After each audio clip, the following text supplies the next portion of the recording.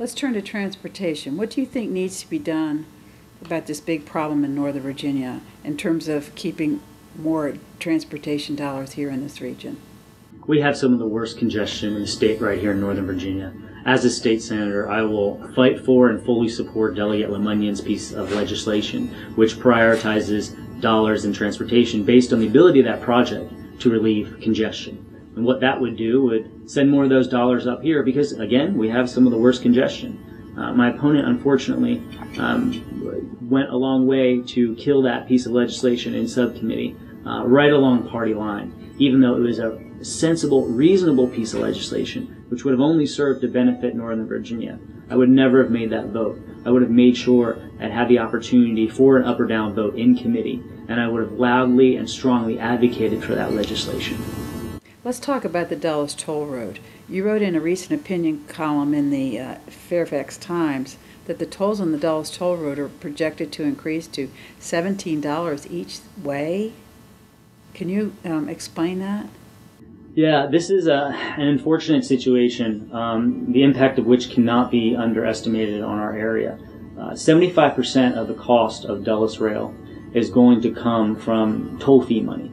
So that means that the only way they'll be able to pay for this thing, by their own estimates, this is the Metropolitan Washington Airport Authority's estimates, this isn't me making up numbers. The only way they'll be able to pay for that thing is by raising tolls on the Dulles Toll Road to $17 each way. That's untenable for our area. It's completely unacceptable. I know very few families in our area who could afford to pay $17 each way to use a road. And the reality is that road runs almost completely down the center of our district. It is an economic engine, it is an economic artery for our area. So, of course, people won't be able to afford it, so they'll stop taking the Dulles Toll Road. And that'll have a couple different effects. One, we're going to lose that funding source for Metro Rail. So Metro Rail will go in the red. And the second thing it'll do is it'll congest all our side streets. And now we'll have the problem of more traffic than we had before, and that we had before rail went in and before they raised these tolls. I will hold the line on this. There is no way under my watch that I will not do everything I can in my power to not let those tolls go up to $17 each way. Mm-hmm. It's just not economically viable. Okay, but do you support the Metro Rail to Dulles? I do. I think, hey, alternative forms of transportation are great. I want Metro Rail to come in. I want to be able to pay for it, though. I want a funding structure that works. 75% of that cost coming from toll fee money, going up to $17 each way, that's not a viable solution. That's not a formula that'll work. So yes, let's do it, let's support it, but let's get a funding formula that has the proper mix where it can be sustainable. Well then, what other ideas do you have to address the issue of funding? There's a couple things that we need to do. One of the things we need to do is we need to have an independent contract negotiating team come in and negotiate with the company who'll be building that to get us the best rate. The other thing we need to do is we don't need a project labor agreement that requires union rates for that project. We need to talk to some of our partners and see if they'll be willing to come in and help us with some of that financing. To put 75% again onto the backs of local commuters isn't sustainable. So there's all kinds of things that we can do in order to bring that cost down and provide more transparency over that process. Do you support the project labor agreement for Phase 2 of the Dulles Metro Rail? I don't. Virginia's a right-to-work state. Mm-hmm. It's something that has served us very, very well. And a true project labor agreement in its strictest terms would exclude Virginia labor. They're talking about some exceptions where Virginia labor can still come, but it'll still require those elevated rates. Since Virginia is a right-to-work state and there doesn't seem to be any federal money coming to the table besides some TIFIA loans, why have a project labor agreement that mandates those increased rates? It's only going to serve to drive up the cost, make it more expensive, and make sure we get those $17 tolls.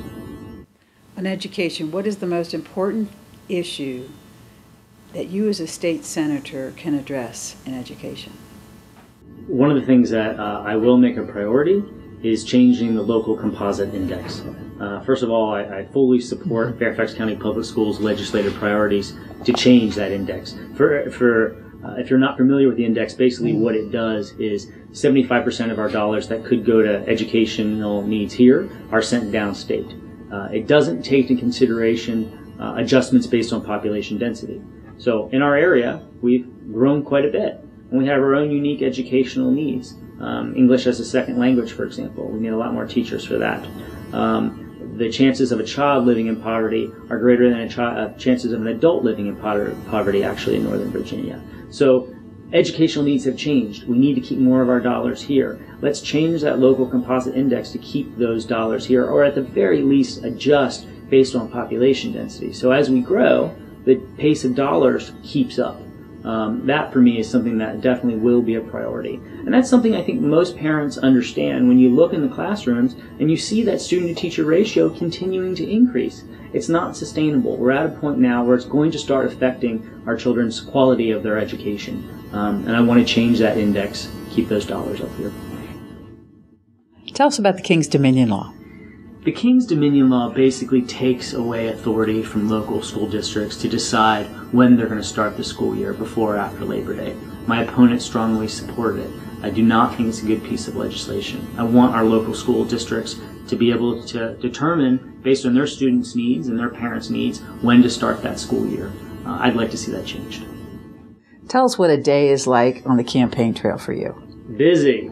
They're busy days. They're long, they're tiring, but they're incredibly rewarding. I mean, basically, it's out knocking on doors all day, every day, talking to people who own businesses, talking to people who have their kids in the public school system, talking to people and families who are trying to, make it by during these tough economic times, and hearing from them what is really needed from their state legislatures, and how we need to do things a little bit differently down in Richmond. And it's a great experience. I actually really, really enjoy it.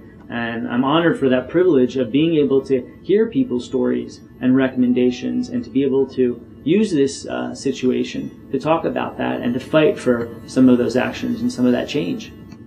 So you're learning a lot. Yeah, it's been great. Learning a lot about people and getting to know a lot of people, which has been wonderful. And you remember everybody's name.